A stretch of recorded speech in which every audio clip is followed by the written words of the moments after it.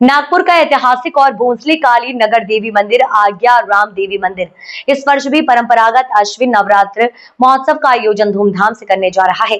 मंदिर ट्रस्ट की ओर से 22 सितंबर 2025 से 1 अक्टूबर 2025 तक विशेष नवरात्रि उत्सव का आयोजन होगा। इस अवसर पर मंदिर परिसर को आकर्षक ढंग से सजाया जाएगा और भक्तों की सुविधा को ध्यान में रखते हुए अनेक व्यवस्थाएं की गई हैं। मंदिर ट्रस्ट कमेटी की ओर से दर्शन व्यवस्था, अखंड मनोकामना ज्योत पूजा एवं प्रसाद वितरण, सुरक्षा तथा स्वागत समिति का गठन किया गया। अखंड मनोकामना ज्योत का प्रज्वलन प्रतिदिन दोपहर 3:30 बजे से 5 बजे तक होगा।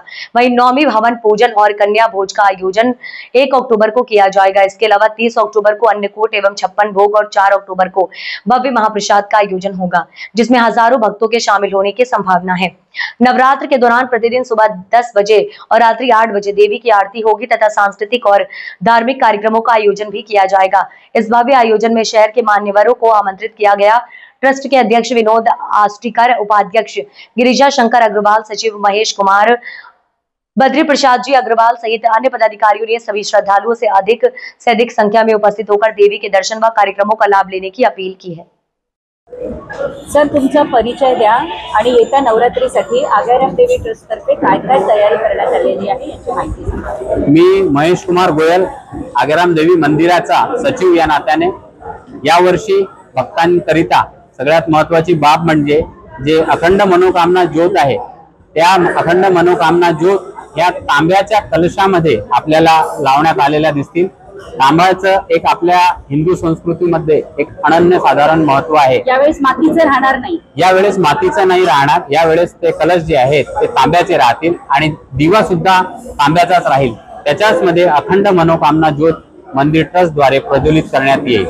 त्याच्यानंतर येणाऱ्या सर्व भक्तांकरता पूर्ण चाक चौबंद व्यवस्था करण्यात आलेली आहे। मग ते मेडिकल सुविधा असो, मग पाण्याचा प्रश्न असो, प्रत्येक सुविधा जेणेकरून येणाऱ्या भक्ताला कोणत्याही प्रकारची त्रास होणार नाही, वरिष्ठांना त्रास होणार नाही, लहान मुलाबाळांना त्रास होणार नाही याची दक्षता ट्रस्टच्या माध्यमातून घेण्यात येत आहे। कलश राहणार आहे आणि येणारे जे आहे म्हणजे प्रमुख पाहुणे ते कोणाच्या हस्ते होणार आहे? पहिली प्रथम आहे किती लोक यामध्ये आहेत? 3000 कलशाची स्थापना यावेळेस करण्यात आलेली आहे।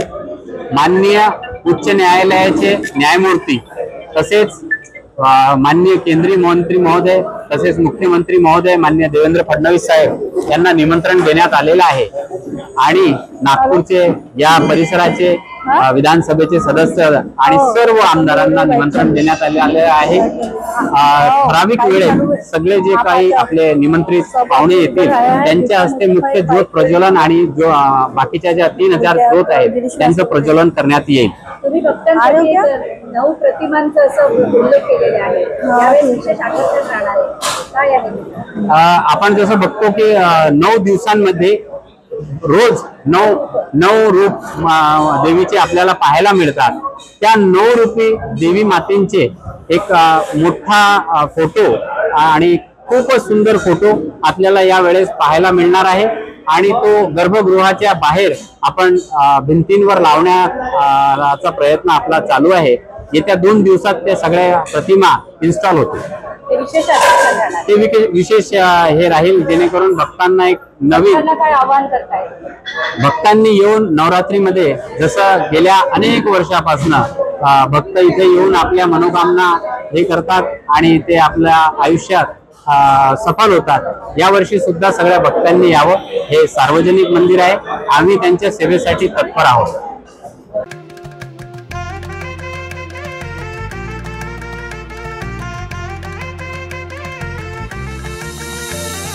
माना पानाचा नात्या गोत्याचा पसारा लई बाई वाढला, रुसवा नको ग बाई कुणाचा मोठ्यानी उतारा काढला।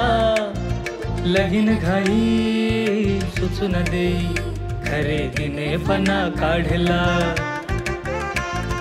खरेदीला वर्षी धीने उत्साह नवा आणला। बांधला बसका बांधला, बांधला बसका बांधला, बांधला बसका बांधला, बांधला बसका बांधला।